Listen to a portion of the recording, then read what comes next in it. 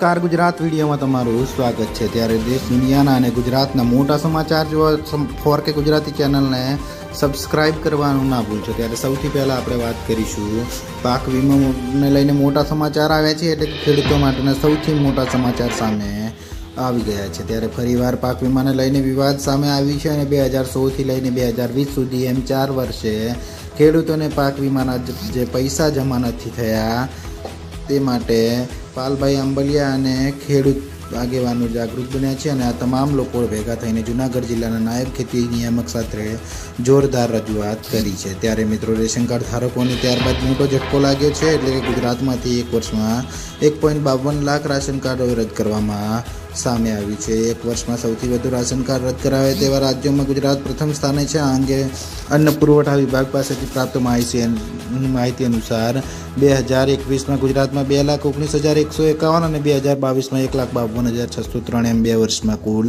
3,71,754 ration card રદ થયેલા છે। જો મિત્રો વાત કરવામાં આવે નિયમ અનુસાર જો કોઈ રાશન કાર્ડ ધારક પોતાનું ખોટી માહિતી આપે તો તેવાના રાશન કાર્ડ રદ કરવામાં આવે છે, જે ખૂબ જ મોટા સમાચાર આવી રહ્યા છે। ત્યારબાદ મિત્રો બીજા મોટા સમાચારની વાત કરવામાં આવે તો વિશ્વકર્મા યોજના 15,000નો લાભ। ત્યારે PM વિશ્વકર્મા યોજના હેઠળ લોકોને 5% વ્યાજ દર સાથે પ્રથમ હપ્તા તરીકે 1 લાખ રૂપિયા અને બીજા હપ્તા તરીકે 2 લાખ રૂપિયાની લોન આપવામાં આવે છે। ત્યારે મિત્રો વાત કરવામાં આવે આ સાથે કારીગરોને પાયાની અને અદ્યતન તાલીમ પણ આપવામાં આવે છે। જો વાત કરીએ આપણે યોજનાના લાભાર્થીઓને 15,000 રૂપિયાની ટૂલ કીટ આપવામાં આવે છે। આ ઉપરાંત લાભાર્થીઓને કૌશલ્યની તાલીમ પણ આપવામાં આવે છે, જે ખૂબ જ મોટા સમાચાર આવી રહ્યા છે। ત્યારબાદ બીજા મોટા સમાચારની વાત કરવામાં આવે તો હવે 2024માં 25,000 રૂપિયા સહાય તમને મળશે। જી હા મિત્રો, ગુજરાત રાજ્યના ખેડૂતો પર દુકાળની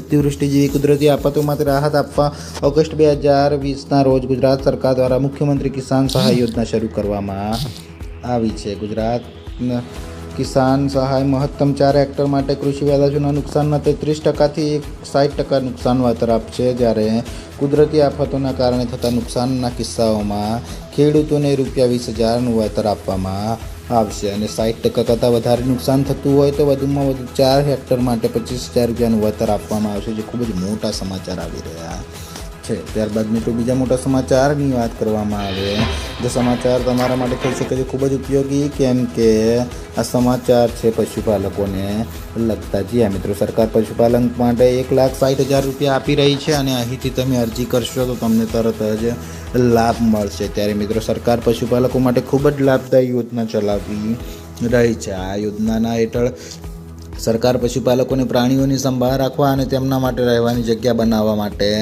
1,60,000 રૂપિયાની સબસિડી આપી રહી છે, જેનાથી પશુપાલકોને ઘણી મદદ મળશે। તેમને જણાવી દઈએ કે આ યોજના શરૂ કરવા પાછળ સરકારનો ઉદ્દેશ પશુપાલકો અને પશુઓ માટે રહેવાની વ્યવસ્થા કરવા સક્ષમ બનાવવાનો છે, જે ખૂબ જ મોટા સમાચાર આવી રહ્યા છે। ત્યારબાદ મિત્રો બીજા મોટા સમાચારની વાત કરવામાં આવે તો હવે ખેડૂતોના ખાતામાં આવશે પૈસા, કેમ કે PM કિસાન યોજનાની સાથે કેન્દ્ર સરકાર દ્વારા પ્રધાનમંત્રી કિસાન માનધન યોજના પણ શરૂ કરવામાં આવી છે, એટલે કે જેમાં ખેડૂતોને આર્થિક સહાય આપવામાં આવે છે અને PM માનધન કિસાન યોજના હેઠળ સરકાર ખેડૂતોના ખાતામાં દર મહિને 3,000 રૂપિયા ટ્રાન્સફર કરશે। જ્યારે યોજના હેઠળ ખેડૂતોને માસિક ₹3,000નું પેન્શન આપવાની જોગવાઈ છે। મિત્રો વાત કરવામાં આવે યોજનાનું પ્રીમિયમ કિસાન સન્માન નિધિ યોજનાની રકમમાંથી ભરવાનું રહેશે અને આ પેન્શન યોજનાની લાભ લેવા માટે ખેડૂતોએ દર મહિને 55થી ₹2,000 સુધીનું યોગદાન આપવું જરૂરી છે, જે ખૂબ જ મોટા સમાચાર આવી રહ્યા છે। ત્યારબાદ મિત્રો બીજા મોટા સમાચારની વાત કરવામાં આવે તો કિસાન ક્રેડિટ